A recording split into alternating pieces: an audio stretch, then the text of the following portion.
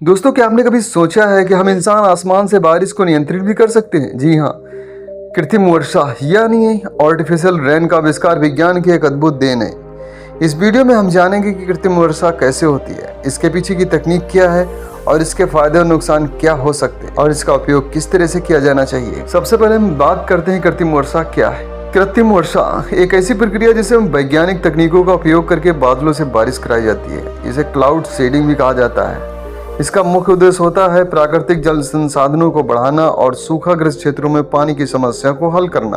आखिर cloud seeding का सिद्धांत क्या है? क्लाउड सीडिंग की प्रक्रिया में बादलों में कुछ विशेष रसायनों का छिड़काव किया जाता है जो बादल के अंदर मौजूद जल वाष्प को पानी की बूंदों में बदलने में मदद करता है। सबसे सामान्य रसायन जो इस प्रक्रिया में उपयोग किए जाते हैं वो है सिल्वर आयोडाइड, पोटेशियम आयोडाइड और ड्राई आइस।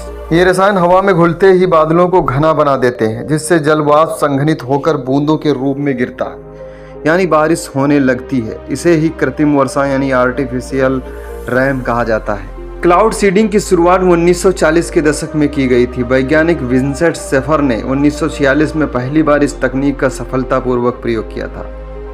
उन्होंने ड्राई आइस का उपयोग कर बादलों को ठंडा कर बारिश उत्पन्न की। इसके बाद यह तकनीक कई देशों में विकसित और इस्तेमाल की जाने लगी। हम कृत्रिम वर्षा के उपयोग किस तरीके से कर सकते हैं? कृषि क्षेत्र में कृत्रिम वर्षा यानी कि आर्टिफिशियल रेन का सबसे बड़ा उपयोग सूखाग्रस्त क्षेत्रों में किया जाता है। जब प्राकृतिक बारिश नहीं होती है तब फसलों के लिए पानी की आवश्यकता को पूरा करने के लिए इस तकनीक का उपयोग किया जाता है और इसका जल भंडारण में भी उपयोग होता है। कुछ देशों में जैसे चीन और यूएई कृत्रिम वर्षा का उपयोग कर जलाशयों को भरने के लिए किया जाता है ताकि जल की कमी से बचा जा सके। और पर्यावरण संकट में जब जंगलों में आग लग जाती है और जब उसे बुझाना कठिन होता है तब कृत्रिम वर्षा का उपयोग करके आग को बुझाने के लिए किया जाता है। आखिर क्लाउड सीडिंग कैसे की जाती है? क्लाउड सीडिंग की प्रक्रिया में विशेष प्रकार का विमान, हेलीकॉप्टर या ड्रोन उपयोग में लिया जाता है जो बादलों के ऊपर उड़कर उनमें रसायन छिड़कता है। कुछ देशों में ग्राउंड बेस्ड रॉकेट या मशीनों के माध्यम से भी रसायन भेजे जाते हैं। इन रसायनों के बादलों में मिलते ही जल वाष्प पानी की बूंदों में बदल जाता है और बारिश होने लगती। क्लाउड सीडिंग के प्रकार। कोल्ड क्लाउड सीडिंग इसमें ठंडे बादलों से सिल्वर आयोडाइड का उपयोग किया जाता है जो पानी की बर्फ के क्रिस्टल में बदलकर बारिश का कारण बनते हैं। वार्म क्लाउड सीडिंग में पानी के गर्म वाष्प को घना करने के लिए हाइड्रोस्कोपिक सॉल्ट जैसे कैल्शियम क्लोराइड का उपयोग किया जाता है जिसमें गर्म क्षेत्रों में बारिश कराई जाती है। आखिर कृत्रिम वर्षा यानी आर्टिफिशियल बारिश कराने के क्या फायदे हैं? सबसे बड़ा फायदा है जल संकट से निपटना। सूखाग्रस्त क्षेत्रों में पानी की कमी को दूर करने के लिए कृत्रिम बारिश का बहुत उपयोगी माना जाता है। इसका इस्तेमाल करके खेती और पीने के पानी को जरूरतों को पूरा किया जा सकता है। और दूसरा सबसे बड़ा फायदा है पर्यावरण को सुधारना। जहाँ वायु प्रदूषण अधिक होता है वहीं बारिश के जरिए वातावरण में मौजूद हानिकारक कणों को धोकर साफ किया जाता है। अब हम बात करेंगे कृत्रिम वर्षा के नुकसान और उस पर विवाद क्या है। सबसे पहले हम बात करेंगे पर्यावरणीय प्रभाव। हालांकि कृत्रिम वर्षा से पानी की समस्या तो हल होती ही है लेकिन इसके लिए उपयोग किए जाने वाले रसायन पर्यावरण पर प्रतिकूल प्रभाव डाल सकते हैं। सिल्वर आयोडाइड जैसे रसायन वातावरण में अधिक मात्रा में होने पर जल और मृदा प्रदूषण बढ़ सकते हैं। कई वैज्ञानिक ये भी मानते हैं कि प्राकृतिक वर्षा के चक्र में छेड़छाड़ से दीर्घकालिक नुकसान भी हो सकता है। इससे अन्य क्षेत्रों में वर्षा की कमी भी हो सकती है। और राजनीतिक और कानूनी विवाद क्या है?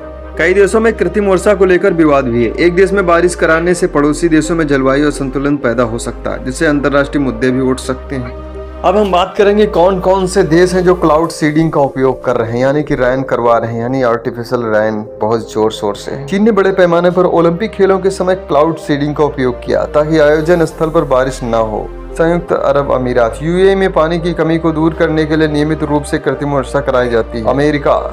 अमेरिका में कृत्रिम वर्षा का उपयोग कृषि और जल संसाधनों को बढ़ाने के लिए किया जाता है। भारत में क्लाउड सीडिंग का भविष्य क्या है?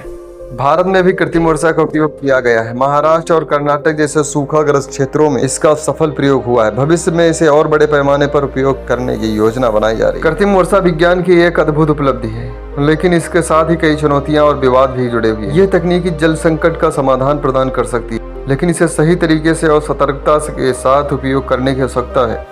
भविष्य में ये देखना होगा कि किस प्रकार से इस तकनीक का विकास और उपयोग होता है। तो दोस्तों, अगर आपको ये जानकारी पसंद आई हो तो हमारे चैनल को सब्सक्राइब करें और इस वीडियो को लाइक और शेयर जरूर करना न भूलें। ऐसे और रोचक वीडियो के लिए बने रहे हमारे साथ। तब तक के लिए देखते रहो, मस्त रहो, खुश रहो। नमस्कार, धन्यवाद।